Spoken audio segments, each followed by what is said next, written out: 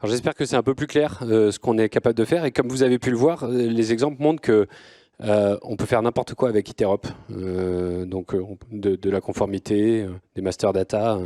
Et on va pouvoir continuer à voir ça aussi avec Hubert qui va nous montrer qu'en plus, avec la plateforme 3D Experience, on peut faire n'importe quoi et plein de choses collaboratives en plus. Merci Aurélien, bonjour à tous et à toutes. Donc je m'appelle Hubert Masson, je travaille dans les équipes R&D donc de Dassault Systèmes, plus précisément dans une équipe qui s'appelle 3D Experience Platform, donc qui met à disposition de l'ensemble des utilisateurs de la plateforme un certain nombre d'applications pour la collaboration, pour la créativité. Et c'est de ça dont je vais vous parler aujourd'hui en tant que tel, et aussi dans un contexte où Iterop est maintenant intégré à la plateforme et donc va amener une certaine valeur à ces applications-là. Alors quelques mots sur la 3D Experience Platform. Je fais l'hypothèse que certains d'entre vous connaissent, mais également que certains d'entre vous ne connaissent pas. Donc je vais passer quelques minutes à vous réexpliquer rapidement ce qu'est cette plateforme. La 3D Experience Platform, c'est une plateforme d'innovation. C'est-à-dire qu'elle permet à nos clients de créer les produits, les expériences qu'ils vont livrer à leurs clients de façon collaborative et sur un environnement unifié. C'est-à-dire de pouvoir imaginer, concevoir, produire, mais également suivre ce qui est créé pendant toute sa phase d'usage, donc collecter les données, les analyser, de façon à apprendre de ça et à recommencer un cycle de conception. Vous avez déjà vu ce symbole, le compas, c'est collé un petit peu partout sur notre campus, c'est aussi présent dans les applications. Ça symbolise finalement les différentes facettes d'activité qu'on a besoin de mener pour innover, hein, pour mettre en place ce processus d'innovation. Donc je vais rapidement le parcourir.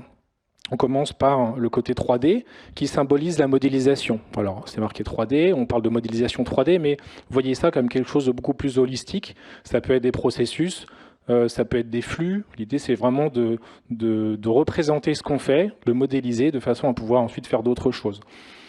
Par exemple, à évaluer les performances de cette chose qu'on est en train de créer. Donc là, on passe en bas sur le V plus R, c'est-à-dire comment je confronte le réel et le virtuel avec des outils de simulation des produits, mais aussi des outils de simulation de comment est-ce qu'on va fabriquer ces produits.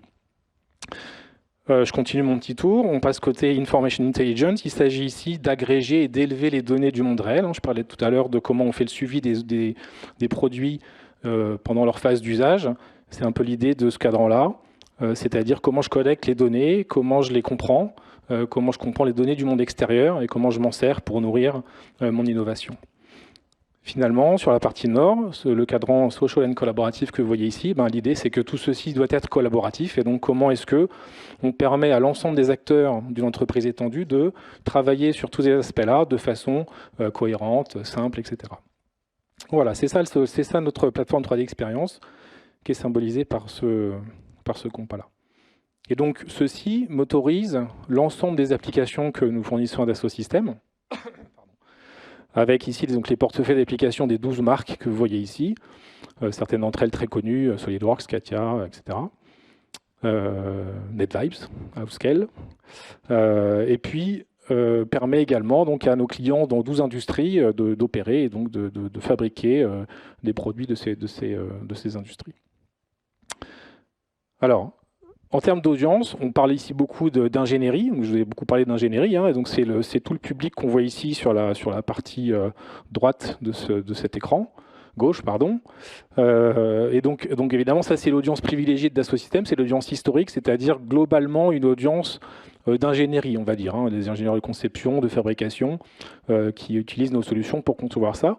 L'ambition qu'on a aujourd'hui, c'est d'aller toucher un public complémentaire au sein des entreprises, qui est finalement tous ces métiers connexes à ces métiers de l'ingénierie, qu'on sert assez peu aujourd'hui. Et donc notre ambition, avec notamment les outils dont je vais vous parler ici, c'est vrai aussi pour les outils Iterop, c'est d'aller finalement servir des métiers de la stratégie, des ressources humaines, du marketing, du legal, en utilisant des applications vraiment faites pour tout le monde, qui permettent à tout un chacun de collaborer, pas seulement les ingénieurs qui travaillent sur la conception des produits. Voilà. Donc ces applications-là, je vous donne ici un petit aperçu, on va les détailler dans les minutes qui viennent. Encore une fois, l'idée, c'est vraiment de reprendre des codes qu'on utilise tous dans nos vies personnelles sur tout un tas de sujets, et d'appliquer ça à l'entreprise avec des outils de collaboration, des outils de créativité, de communication, de productivité, utilisables par tous.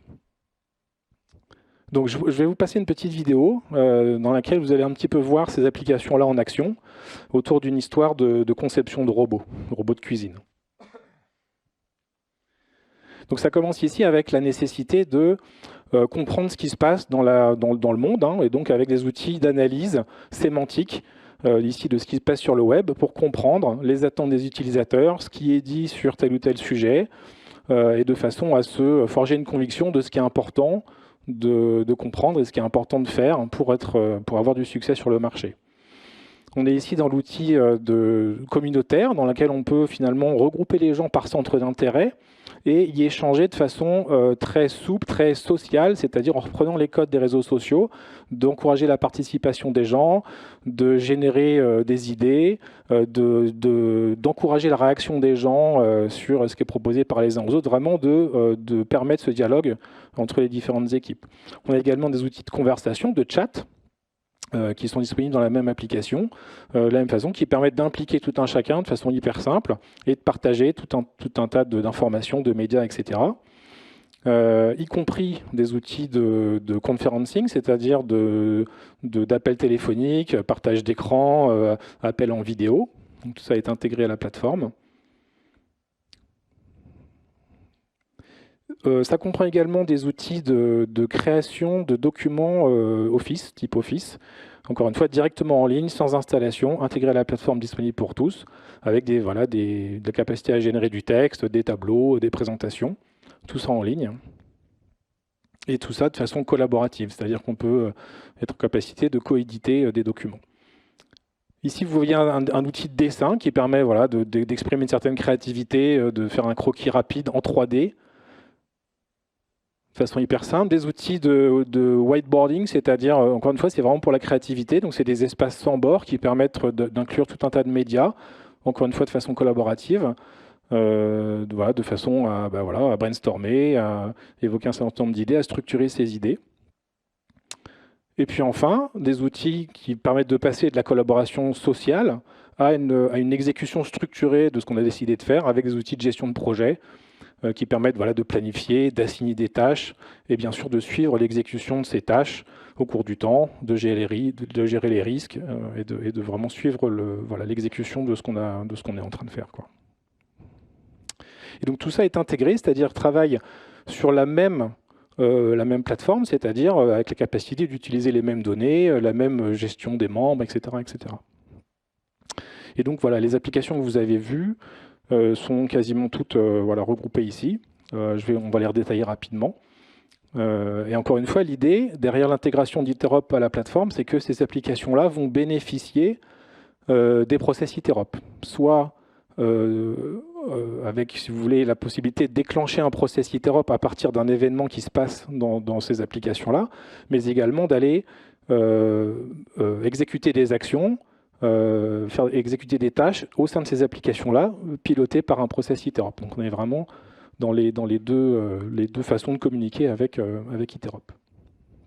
Donc je reviens rapidement sur ces applications-là. La première que vous avez rapidement vue s'appelle 3D Swim. Donc c'est cette application de collaboration sociale qui est structurée en communauté et en conversation. Encore une fois, communauté qui permet de gérer un certain nombre de facettes d'informations, des posts, des médias, des idées, des questions, un système de wiki pour venir capturer de la connaissance, du savoir-faire, mais également des capacités à faire des sondages, des capacités à gérer des tâches de façon assez simple, des réunions, et avec toute la palette d'outils qu'on connaît tous sur les réseaux sociaux qui viennent permettre de réagir, de collaborer sur ces contenus-là.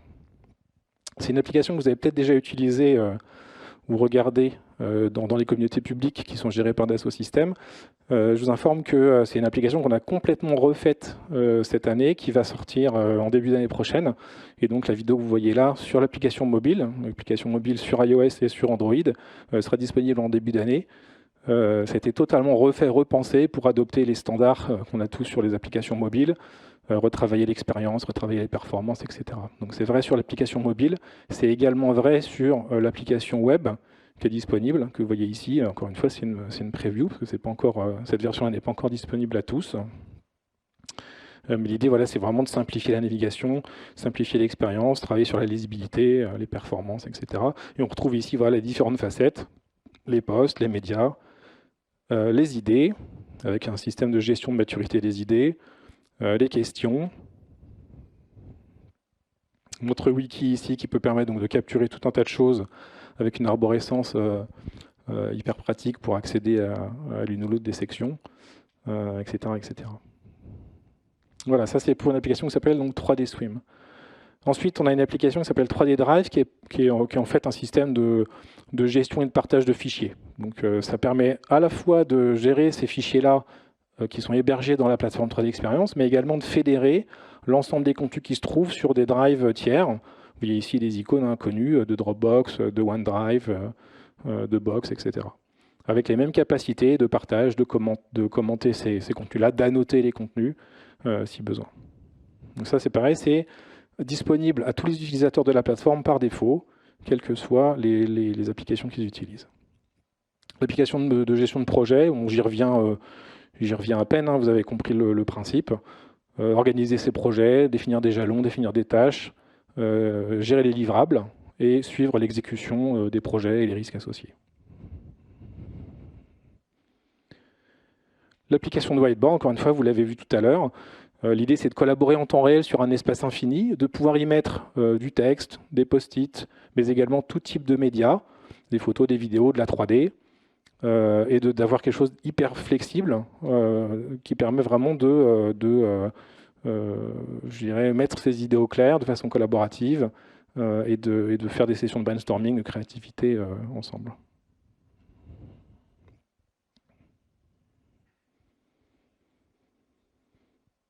Voilà, 3D Story qui permet de créer des médias de communication de façon pareil, hyper simple, donc avec des mécanismes de template qui permettent voilà, de faire très rapidement des choses interactives, très engageantes, très sympas à regarder, et qu'on peut rejouer dans la plateforme et partager dans les différents canaux dont je vous ai parlé précédemment. C'est quelque chose qui est assez sympa pour voilà, communiquer sur une idée, sur un projet, mettre en valeur quelque chose. Et pareil, avec toujours de la 3D si besoin, pour aller créer des expériences qui mettent tout ça en scène de façon assez sympa.